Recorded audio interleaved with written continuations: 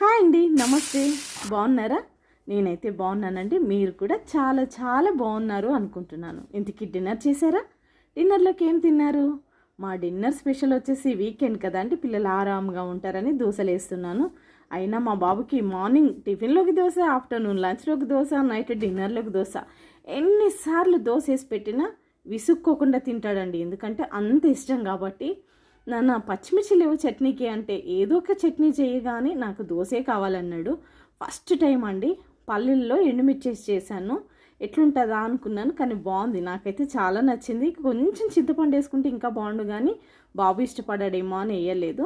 మీరు ఎప్పుడైనా ఇలా ట్రై చేస్తారా? ట్రై చేస్తే కింద కామెంట్ సెక్షన్లో కామెంట్ చేసేసేయండి. అలాగే మంచి మంచి వీడియోస్ కోసం మన ఛానల్ని లైక్ చేయండి, షేర్ చేయండి, సబ్స్క్రైబ్ చేసుకోండి. Okay friends, good night, bye.